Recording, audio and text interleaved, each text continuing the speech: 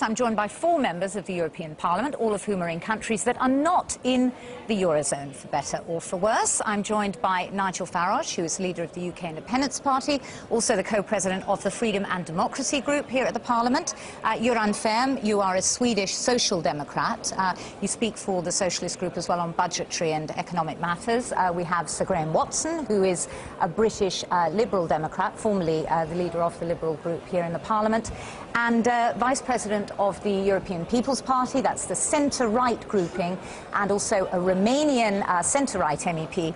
We have Jean Marinescu. So thanks all of you for joining me. Nigel Farage, it's true, isn't it, that whatever way you look at it from wherever you're coming, this crisis, not just its immediate impact, but what comes next, poses very real challenges for those countries that aren't in the euro. Yeah, it does. I mean, this huge debate in Britain about should there be a referendum a couple of weeks ago, and we were told with the government now was not the right time. But actually, what appears to be happening is the 17 Eurozone countries are moving quite rapidly towards centralised decision-making. They have a majority. So single market legislation, things that will affect Britain but will leave Britain in a minority outside the Eurozone. So very clearly there are 10 countries now saying to themselves, well, there appear to be now very clearly 2 divisions within the European Union. Do you accept, though, presumably you do care about what happens to British business and British interests, do you accept that Britain needs to keep its influence? No. Why? Actually, if you talk about British business, let's talk about the globe. Let's not talk about the European marketplace. But we're in the European Union, so within the European Union... We're in the European Union, but we're also part of the world. And the European Union is a rapidly declining business place for us, and actually the crisis is making that even more relevant, that what we need to do is to have influence, not in Brussels, but in terms of global trade. I hope every business in your constituency hopes you say this, because at least 1 in 10 jobs in the United Kingdom depends on our membership of the European Union. You Absolutely do. We have a huge investment here. We have 50% of our trade with European Union countries. Okay. Not a single British job depends on EU membership. Let's hear from our non-British members. Pretend to be patriotic. The patriotic line in the United Kingdom is to make the European Union work. Göran, do you get this kind of debate in Sweden? I think it's a bit more realistic, a little bit, well, not quite so high-key, rather more low-key, more serious, but of course there's a debate, but not actually about leaving the Union. On the contrary, we had an opinion poll just lately saying that the polls in favour of staying in the Union in Sweden is 55 to 20, with some 35 don't know. I mean, it's the biggest majority in favour of the EU membership we've ever had. It's another thing about the euro. The single currency, right down. You'd accept that, wouldn't you? Yeah, but I mean, this also shifts very rapidly. We've had majorities in favour of the euro. Now there's clearly a majority against, but I'm quite convinced, and that's what we'll see about the future. If the Eurozone can handle the crisis, can create a new situation with more of stability, etc., then I'm quite convinced that this will be an issue again in Sweden. And do you think it will? Do you think it will recover, the Eurozone? Absolutely, because, I mean, for several reasons. First of all, the alternative is much worse. And secondly, I mean, we've already started. We have a lot of new rules in place. We have the so-called six-pack. We have the supervisory institutions on the financial sector. We have the bailout fund, etc. I mean, we have done a lot of things to deal with the problems. Italian bonds broke through 7% this morning at midday. Yeah, but they would have done that even if they weren't part of the euro. That's the point. Romania, let's go to another country. Doesn't matter the euro or not euro. The area, the Europe, will recover, because anyway the countries, the member states, they need to take measures in order to come back to the health of the financial system. Well, they've been saying they need to take measures for the last 6 months. But your country, Romania, the plan was to join the euro by 2015. Now, that's not going to happen, is it? No, we are keeping the target, and we are making... Yes, we are keeping the target for the moment, and we are making a lot of efforts to reach this target. Is that really honest? I mean, how can you possibly think you would join in 2015? No, it was a discussion, but, you know, joining the Eurozone, it's based on technical things. So the analysis is very easy to be done. So it was a discussion if we postpone or not because of all these financial problems. But at the end, we decided that we can try. So we shall go on this way and we shall try to reach this target.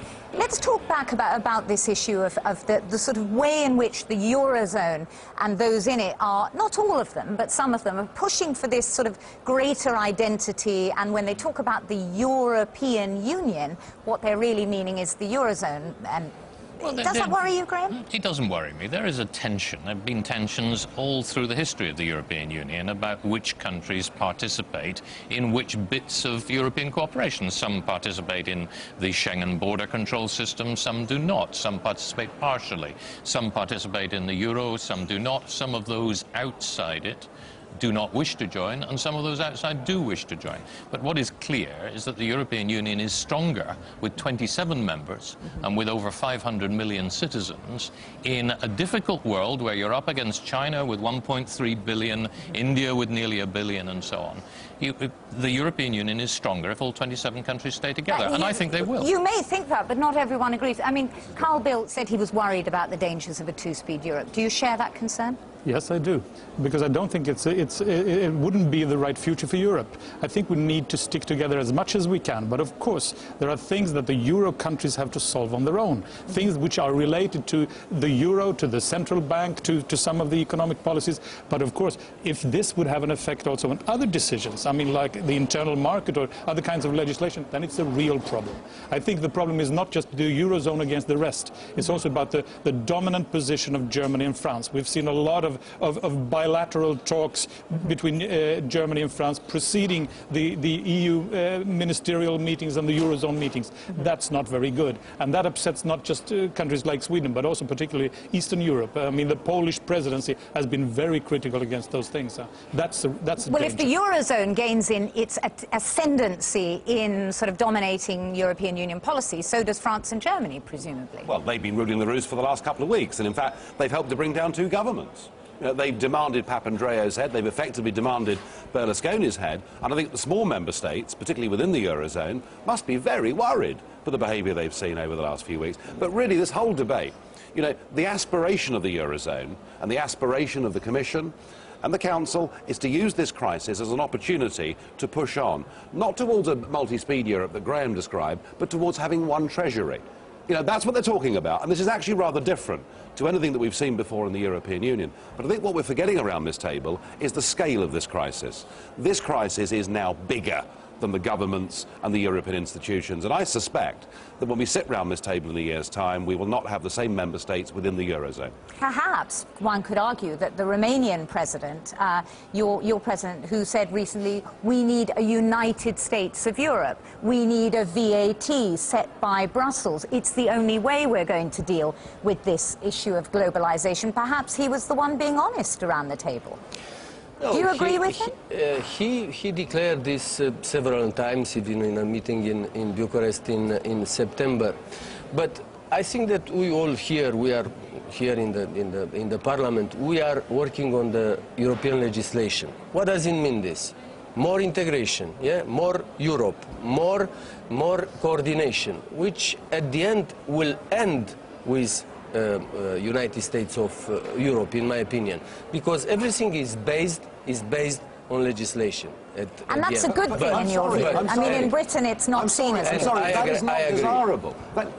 Before this programme, it is not desirable for by all the people, but at the end, the majority will have to. You asked me before this programme what the minority will have to join the majority. Okay, let Nigel briefly and then Joran. The very fact that you, as an advocate of us becoming part of a single state, did not even know what that stood for, says to me, we're not ready yet, but maybe not for 1,000 years. Okay, why should Joran. in Romania know is a sign. Why should we go to a single state? No. I ask you about the sign. What is the symbol for? And yes. I don't think that. No, that's fair enough. Joran, it may be fundamental in your neighbourhood. Joran, in Romania, I am sure that you will not. Nigel. We trade with you, be friendly with you. We don't want to be in the same country as you. It's as simple as that. This will not be a country. This will be Europe.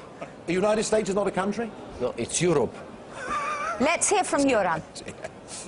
For once... And I don't think that Graham is on the same side Jean-Marie, with you. let's hear from Göran. I, for once, agree with Nigel Farage. I don't want a United States of Europe. Sure.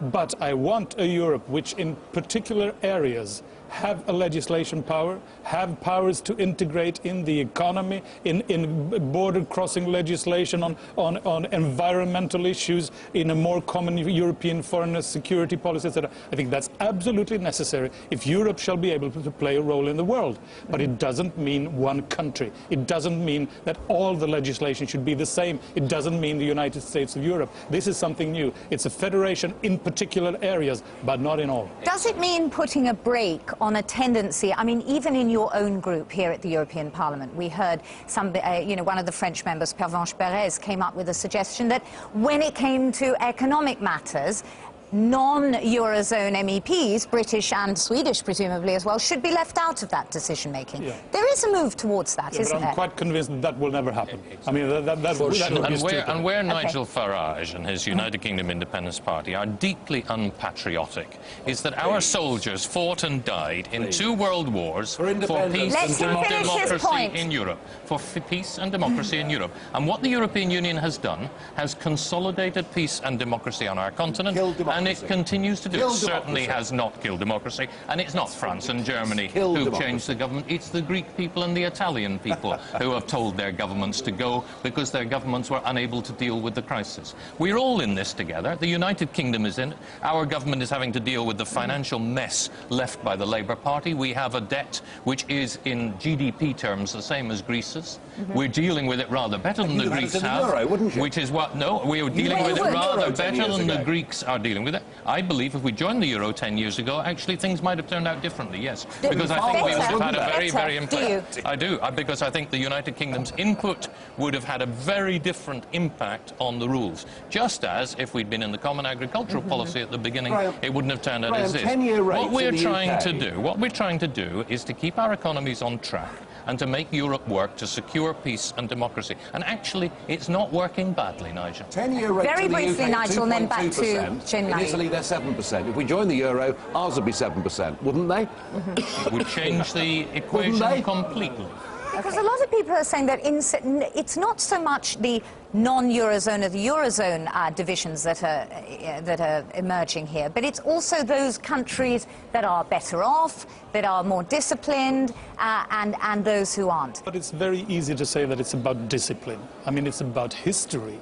And look at Greece. They fought a civil war. They had a military dictatorship during the 50s and 60s. I mean, it's about history. What they are trying, and I mean, every political power in Greece has to share the responsibility for the situation.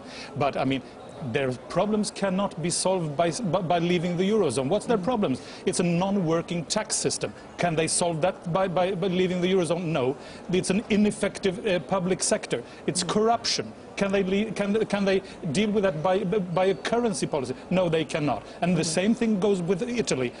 Graham, the response of the British government has in part to this worry about being sidelined in a two-speed Europe, has in part been to promise to renegotiate parts of the treaty if the treaty is revisited. Do you think that is balderdash, or do you actually think that is a sensible response? Well, the British government has said that it wants to renegotiate the treaty if there is a change to the treaties. But where I think it's highly unlikely to be the case. Well, it's set to take advantage of any possibility. Well, that's right. But where it's highly unlikely to be the case is it's highly unlikely the treaties will actually need to be revisited. Nobody wants to change the treaties unless it's absolutely necessary. A lot can be done within the existing... What Göran Färm was talking about earlier, all of the things that we've done over the last 2 years have been done within the existing treaties. There is probably no need to change the treaties. A lot of people would like to change the treaties back in Britain to give more powers back to the British Parliament, actually. Well, I don't believe that the British Parliament has been stripped of its powers. The British Parliament still rules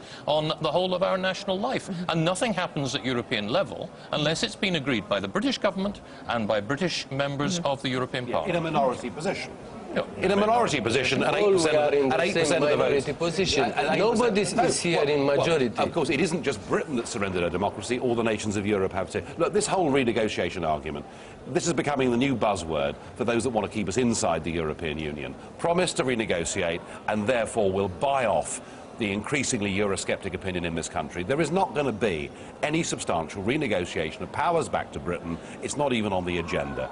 The choice we face is, do we want to be members of political union, or do we want a completely separate free trade agreement? That's the reality. Okay, well, maybe you'll agree to some extent with each other on that one. For that, though, on that, let's leave